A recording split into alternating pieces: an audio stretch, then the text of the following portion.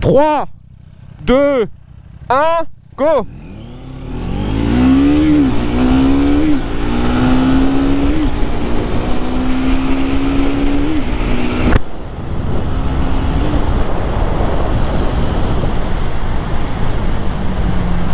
Alors on se retrouve en ville. Donc ça c'est un petit peu le domaine de prédilection de cette Speed 400 du coup, et de la Scrambler aussi bien sûr. Bon, première chose, hein, c'est clair et net que l'agilité de la moto, elle se ressent tout de suite. Ah, la légèreté de la moto, elle est dingue.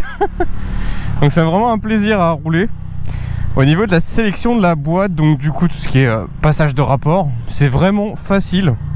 L'embrayage, vous voyez, et j'ai beaucoup de freins moteurs aussi. Vous voyez, les rapports se passent très facilement. Pas de shifter hein, bien sûr sur cette machine, même en accessoire, ce n'est pas possible. Donc comme toute la gamme Triumph dans la gamme moderne classique.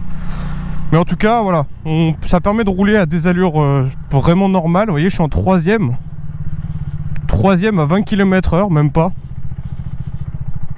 Pour un monocylindre. Regardez, la moto elle loquette même pas, j'ai même pas d'à-coup en vrai. Je suis au ralenti moteur là. Donc franchement le mono se comporte vraiment bien. Et là si je réaccélère en troisième à 20 km/h, ça reprend. Et je suis à 50 déjà. Au niveau du freinage, bon alors l'espace et la jeune fille, hop, ça freine super bien. Et ça reprend super bien aussi, vous voyez. Donc ça a beau être un 400 cm3, ça a beau être un monocylindre, vu qu'elle est légère, en fait bah, ça se déplace super bien hein. Là je m'attendais à ce que ça soit beaucoup plus mou du genou, et bah finalement pas du tout. Donc c'est vraiment un bon plan, c'est un bon point à signaler. Au niveau de la hauteur de selle, vous voyez, je suis à 1m70, j'ai le pied à droite qui est complètement à plat, de l'autre côté je le pose à peine. Donc les 790 de hauteur de selle sont vraiment très bien. Donc en revanche sur la Scrambler c'est 835. Il faut être moi je touche par terre mais vraiment en déhanchant, en sortant vraiment le plus possible de la selle. Donc là faut faire un peu plus attention. Donc 1m70 pour la Speed 400, il n'y a pas de problème. Pour la Scrambler 400X ça va être un peu plus difficile. Donc mais les grands s'y sentiront bien sur la 400X du coup. C'est ça qui est important. On a deux motos qui vont toucher pas mal de gens, je dirais d'1m60 pour la Speed 400 jusqu'à 1m90 assez facilement. Au niveau de la rétrovision, ces rétroviseurs mon embout de guidon, bah, ils sont très bien. Alors on retrouve un peu, c'est ceux de la, je dirais c'est ceux de la Truckstone, finalement c'est vraiment le même modèle hein. Donc la rétrovision elle est très bien, il n'y a pas de vibration. Je m'attendais un peu plus justement, mais non, la vibration on les ressent pas, en tout cas pas en ville, ça c'est clair. Vous voyez, je peux même rouler en 6ème, je reviens un petit peu dessus, vous voyez, 6ème à 40. Il n'y a pas de souci hein. En fait bon, faut juste rétrograder parce qu'il y a forcément pas énormément de couple à bas régie, mais le but c'est pas d'abîmer la moto ni de casser la mécanique au niveau du vilebrequin bien sûr, mais voilà. En tout cas, la ville c'est vraiment très bien pour cette moto. Enfin, c'est la principale cible aussi hein. Alors je fais un petit peu attention parce que la route est un peu détrempée ici. Très agréable en tout cas à rouler hein. Et au niveau de la position de conduite, bah, je suis assez bien. Enfin, je suis droit. Mon dos est vraiment droit pour le coup. Sans me forcer. Mes bras sont quasiment tendus au max. Hein, ça, je le cache pas quand même. Le guidon est pas très large. Il est un peu plus court que celui de la Scrambler. Mais bah, c'est une position assez naturelle. Et au niveau des pieds, alors mes jambes sont un peu recroquevillées sur moi-même. Mais bon, ça participe aussi à avoir une moto très accessible aussi. Donc les repose-pieds parfaits. Le seul petit bémol que je peux enregistrer, c'est quand je mets mes pieds en fait sur le repose-pied, là avec mes doigts de pied qui enserrent le repose-pied en lui-même, j'ai mes talons qui touchent les repose-pieds passagers en fait. Donc ça c'est un petit peu bizarre, effectivement je fais du 43 en pointure de chaussure.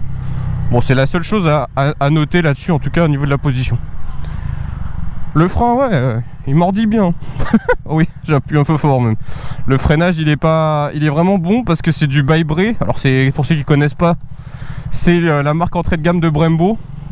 Donc on fait bien pire en termes de freinage. Et donc du coup, ça freine vraiment super bien. Alors les leviers ne sont pas réglables ni à l'embrayage ni au freinage, au niveau du frein, pardon.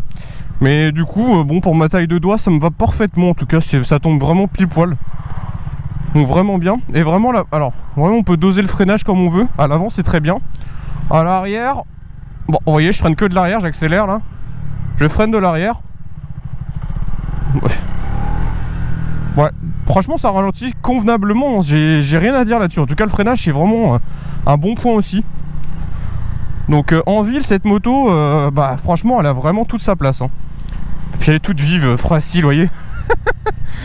Ça virevolte. Et puis ça a de la gouache quand même. Alors vous attendez pas à ce que ce soit en foudre de guerre non plus, hein, faut pas se le cacher, mais en tout cas 40 chevaux, 37,5 Newton pour 170 kg. Et bah c'est pas mal du tout. Alors les commandes, tout ce qui est commande est vraiment bien, enfin tout est assez espacé. Donc tout ce qui est appel de phare en fait c'est là, donc on appuie dessus, c'est classique. On a même le même plein phare en fait. Donc en poussant la gâchette du commodo de gauche là, ici on peut la mettre en plein phare. Alors là je vais le faire juste après. Donc je pousse le commodo là et vous voyez je suis passé en plein phare ici. Si je retire sur la position initiale, je repasse en feu de jour. Si je veux basculer en feu de croisement, je là. Et j'ai aussi l'éclairage, vous voyez, sur le tableau de bord ici, l'éclairage en fait il change. Là si je suis en feu de croisement, ça c'est la luminosité de l'écran est un petit peu moins forte. Si je passe en feu de jour, l'écran reste allumé un peu plus. Ce qui est vraiment pas bête en soi du coup, parce que ça permet d'avoir effectivement de la luminosité qui se calibre toute seule, pas besoin de la régler en fait, donc c'est pas mal. On va faire une petite insertion sur l'autoroute du coup. Donc alors là je suis en pente, hein. Je suis vraiment, alors pour ceux qui connaissent hein, c'est la nationale 118. Donc là c'est une grande pente quand même à 5 bons pourcents je pense, je dirais. Donc là je suis en troisième à 50 et je me lance. Hop. Bon bah je suis déjà à la limitation. Bon bah ouais, y a franchement pas de difficulté à s'élancer hein. Donc franchement là-dessus il n'y a rien à dire.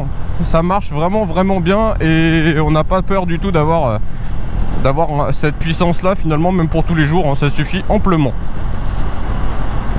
On n'a pas parlé de la conso, mais en tout cas à travers l'essai routier que j'ai réalisé pour l'instant, en ville j'étais à 3,4 litres, donc 3,4 litres au 100, ce qui est vraiment pas mal hein. Je crois que Triumph annonce bien 3,5 litres au 100 en norme d'homologation en tout cas, donc c'est bien respecté.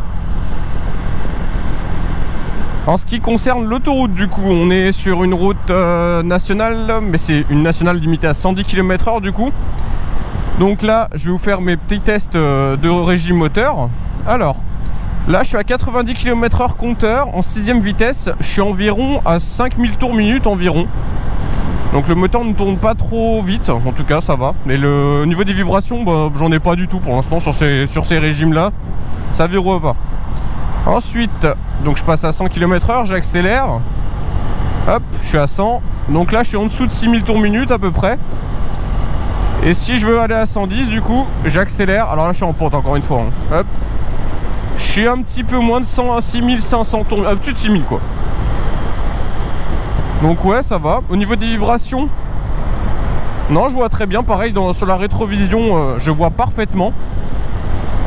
Donc là-dessus, il n'y a rien à dire. Il y a juste l'aiguille du compteur pardon, qui vibre un tout petit peu. Ça, on le voit, on verra peut-être pas à la caméra.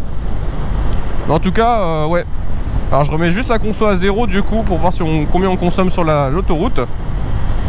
Et je vais juste accélérer à 120 pour voir combien ça donne. Donc là, je suis à un peu plus de 6000 tours minute, à 120, 6500 pardon. Donc là, je dépasse. 130, je suis presque à 8000. Voilà. Donc en tout cas, il n'y a pas de souci, encore une fois, c'est vraiment plaisant. Alors, je recommanderais pas de prendre une Speed 400 ou un Scrambler 400X pour faire que de l'autoroute tous les jours, parce que niveau de protection, bah, on n'en a pas forcément. Juste la Scrambler a les protègements en plus du coup. Alors, on peut agrémenter la moto effectivement d'un accessoire, donc du saut de vent bien sûr. Mais bon, c'est pas, voilà, c'est pas fait pour ça à la base. Et au niveau de la motorisation, forcément, le monocylindre induit plus de vibrations qu'un bicylindre. Je pense notamment à la Speed Twin 900. Qui aura beaucoup moins de vibrations, et encore moins la Trident 660 qui est en 3 cylindres du coup. Donc là-dessus, voilà, à faire attention et à prendre en compte en tout cas. Donc je vais faire l'exercice du 0 à 100 km/h. Donc je vais accélérer de 0 à 100 et puis après je vais freiner de 100 à 0 pour voir comment ça se comporte au niveau des performances d'accélération et de freinage. Hop, allez, on se place au milieu. Allez, on accélère un peu à 5000 tours minute. Allez, go. 2, 3 et 100. Donc ça avance plutôt correctement, effectivement. Alors, frein arrière. Purée. Le frein arrière, il freine super bien. Attendez, je réessaye. Donc là je me recale à 100, pardon. Je freine que de l'arrière, hein, pas de l'avant. Ouah, la puissance du frein arrière. Ou pardon, Brembo, c'est Brembo à l'avant et à l'arrière ou c'est comment là? Bah, elle freine super bien de l'arrière. Eh ben, je suis choqué, j'avoue, là c'est la première fois que j'appuie aussi fort sur le levier de frein, enfin la pédale de frein du coup. Et ouais, ça freine plutôt super bien même. Et c'est pas un ralentisseur en tout cas. Hein. On va voir le rayon de braquage. Donc le rayon, je braque, donc je suis à droite là, c'est une route qui fait à peu près 6 mètres de large. Hein. Donc je braque en butée, je tourne. Hop, bon, dans un mouchoir de poche, hein, vous voyez. Je suis pile poil au milieu de la route de du deuxième côté, donc ça braque en 5 mètres à peu près. Donc ça braque super bien, donc encore une fois super bien pour la ville. Hein. On va réessayer avec... Là cette fois-ci, encore une fois, je vais réaccélérer pour optimiser un peu. Allez. Ouais. Ah ouais. Ah, ça cabre. Hop, et 100. Ah ouais. Ah ouais, ok, d'accord. J'avais pas vu ça comme ça. Bon bah, petit wheeling en direct avec l'anti-patinage activé. Ça s'est mis bien, ça s'est mis à clignoter correctement, effectivement. Bon allez, je remonte à 100 du coup, juste pour faire un petit freinage. Donc là je suis à 100. Hop, on va planter les freins juste là-bas. Et je freine. Ouah. Ah ouais. Ah ouais, ok. Ça freine. C'est parti pour les 17 tournants. Alors je vous dis clairement, là les conditions climatiques ne permettent pas de frotter les repose-pieds, rien du tout de mettre de l'ongle. Donc c'est vraiment avec des... Là la chaussée elle est hyper mouillée, donc faut vraiment faire gaffe. Il fait pas très chaud non plus, donc là vraiment je vais faire super gaffe, c'est tout. Donc là même à la limite je sors le pied parce que ça glissouille un peu quand même. Alors ce qui m'a permis de constater aussi que les pneus, les Pirelli là, les Rosso 3 sont vraiment... ils sont vraiment bien, même sur route comme ça là, dégueulasse. Parce que là la route elle est vraiment trempée et franchement mon petit patinage c'est même pas déclenché, même sur des réaccélérations un peu musclées, genre là. Oui. Pareil sur le train avant, la baisse se déclenche pas du tout. Bon après là je mets vraiment pas d'ongle, hein. Je fais vraiment gaffe parce que le but c'est pas de se la coller comme on dit. Mais ouais non clairement là les pneumatiques je m'attendais un petit peu à ce que ça soit des pneus vraiment moyens sur le sec, enfin sur le mouillé pardon. Et non, finalement ça le fait bien.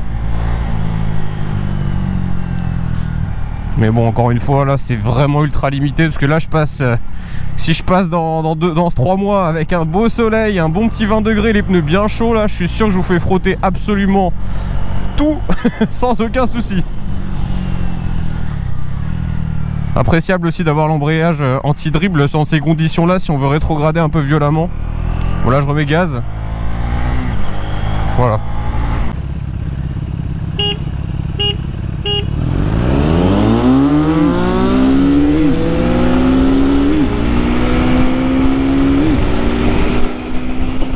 Au niveau des performances, donc comme vous avez pu voir, j'ai fait un départ arrêté contre une Street SA2, donc bridée en 47 chevaux. Donc c'était les tout derniers modèles donc de 2020. Du coup je gagne sur le départ arrêté, alors assez facilement finalement. Bon, faut dire aussi que j'ai un peu plus d'expérience dans ce domaine là, on va dire, en départ arrêté. Donc c'est vrai que j'arrive à mieux doser mon embrayage et tout ça. Donc franchement, si on fait un bon départ, franchement on est devant un Street SA2. Parce que c'est moche à dire mais c'est la vérité. Par contre en reprise, c'est-à-dire, bon là on a fait juste un seul exemple, donc c'est-à-dire au ralenti moteur de première à environ 10-11 km/h, en accélérant en pleine charge, effectivement le Street SA2 est devant, ce qui est logique hein, forcément, c'est un 3 cylindres, c'est un 660, il a beaucoup plus de couple à bas régime. Et par contre, ce qui m'a franchement étonné, c'est que, la Speed 400 en fait finalement elle se fasse pas distancer tant que ça.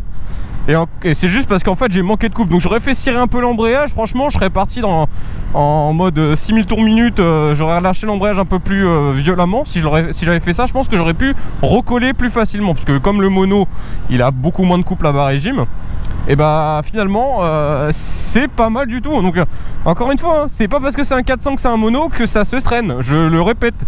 Et on n'a pas, voilà, il n'y a pas de magouille ou autre. C'est vraiment, on a croisé, enfin j'ai croisé ce motard sur la route en train de faire ma vidéo justement. Et donc il a accepté très gentiment de vouloir faire ce comparatif rapide sur la route. Et franchement, vous voyez, la différence elle est pas si importante que ça. Et même la Speed 400 gagne sur des départs arrêtés avec un pilote entre guillemets plus expérimenté, hein. C'est pas pour jeter des fleurs, mais voilà, si son parent a un bon départ, en tout cas c'est vrai qu'on peut être largement devant. Et il m'a rattrapé que à partir de 100 km/h, à peu près de 100 km/h. Donc c'est là où le mono effectivement bah, il a beaucoup moins de patates, hein. Il va s'essouffler, on sera plus dans les plages optimales de puissance maximale et de couple. Et donc là la street va vite nous rattraper, donc. Mais voilà quoi, en termes de performance, c'est vraiment bien et j'insiste, hein. Donc la preuve en vidéo. Et on va voir ce que ça donne l'interfile avec cette petite Speed 400. Allez, c'est parti. Bon, le seul inconvénient de la Speed 400 par rapport à la Scrambler, c'est les rétroviseurs en bout de guidon. Alors, c'est un inconvénient et un avantage. Pour la rétrovision, c'est indéniable que moi je préfère largement ces rétroviseurs en embout de guidon, parce qu'on voit 10 fois mieux derrière nous, clairement. On voit pas ses coudes, il n'y a pas besoin de rentrer ses coudes là comme sur les rétroviseurs traditionnels. Donc vraiment là-dessus c'est vraiment l'avantage. Par contre l'inconvénient c'est que c'est plus large au niveau du guidon. Donc ouais, parce que ça dépasse un petit peu. Après bon, c'est toujours pareil, ça dépend d'où vous roulez. Si vous êtes vraiment dans des conditions de circulation difficiles, en termes de largeur je parle bien sûr, mais sinon ouais, il n'y a aucun mal à faire de l'interfile avec cette machine, hein. Je pense même que c'est l'une des plus faciles.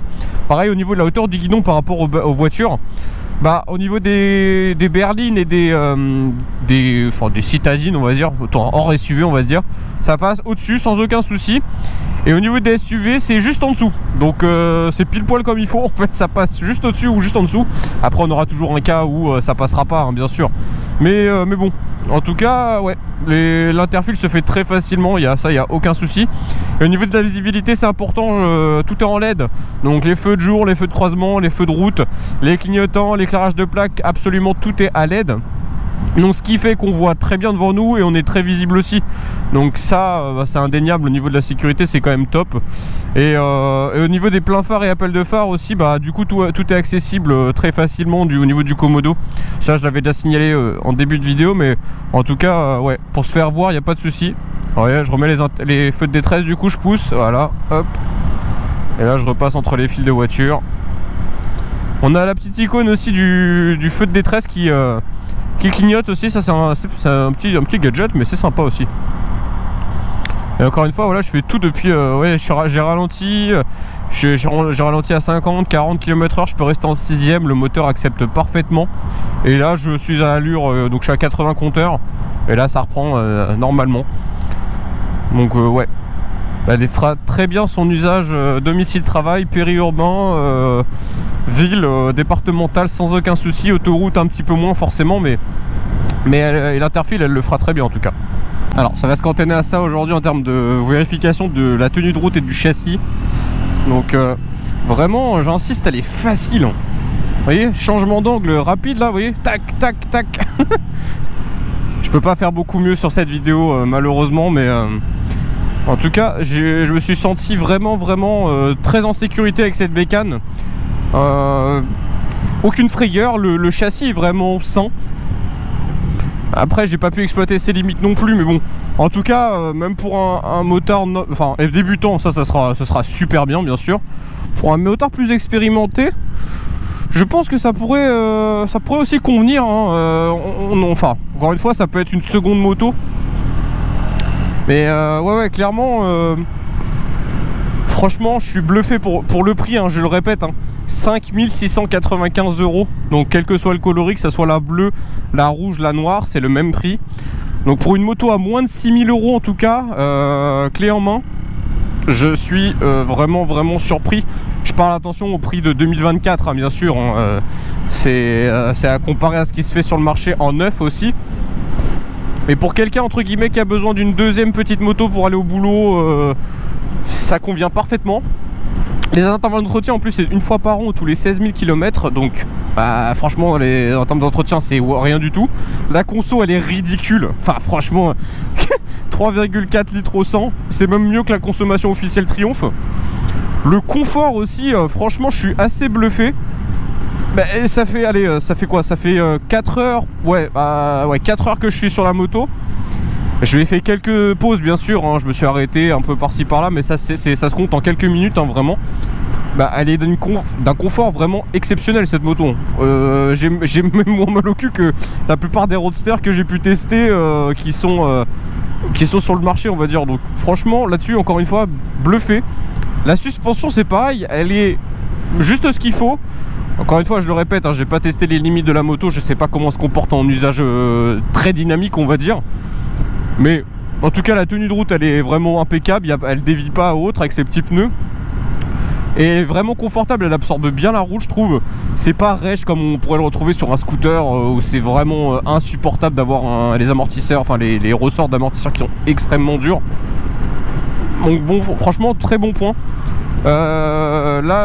En conclusion franchement je n'ai rien d'autre à dire que c'est une très très bonne moto. Pour moi les points négatifs de cette machine c'est vraiment l'espace de rangement sous la selle qui est purement inexistant. On peut rien mettre sous la selle, donc encore une fois on va falloir trouver de la place ailleurs. Sinon le reste, si peut-être les repose-pieds effectivement quand on a des pieds je pense de taille normale, on peut être gêné par les repose-pieds passagers derrière qui tapent dans le talon. Donc ça c'est le petit deuxième point négatif que je puisse lui trouver. Les vibrations, les petites vibrations effectivement qu'on peut ressentir à très haut régime ou allure stabilisée sur de l'autoroute on va dire. Et oui ça se ressent effectivement, si on appuie vraiment fortement sur les repose-pieds ça va se ressentir. Mais sinon en usage, enfin, tous les usages autres, franchement je m'attendais à vraiment avoir quelque chose de très vibrant, de très désagréable, d'avoir des fourmis aux mains, et je n'en ai vraiment pas eu. Donc là-dessus encore une fois bluffé. Le mono je m'attendais à ce que ce soit vraiment à l'ancienne entre guillemets et pas du tout. Donc franchement que du positif en fait, à part ces deux points négatifs, donc l'espace de rangement et les repose-pieds passagers qui sont un peu trop proches à mon goût quand on aime bien se reculer au niveau des pieds en mode piste on va dire, c'est-à-dire que bien englober voilà, c'est les seules choses que je puisse vous dire. Bon, merci d'avoir regardé cette vidéo, n'hésitez pas à liker, commenter, partager cette vidéo et à vous abonner à la chaîne Passion Ride bien sûr. Moi c'est Laurent, vous pouvez me retrouver à Triumph Montlhéry, donc n'hésitez pas hein, si vous avez besoin d'informations ou pour passer une commande de la machine, je me ferai un plaisir de m'occuper de vous en tout cas. Voilà, merci encore, allez salut.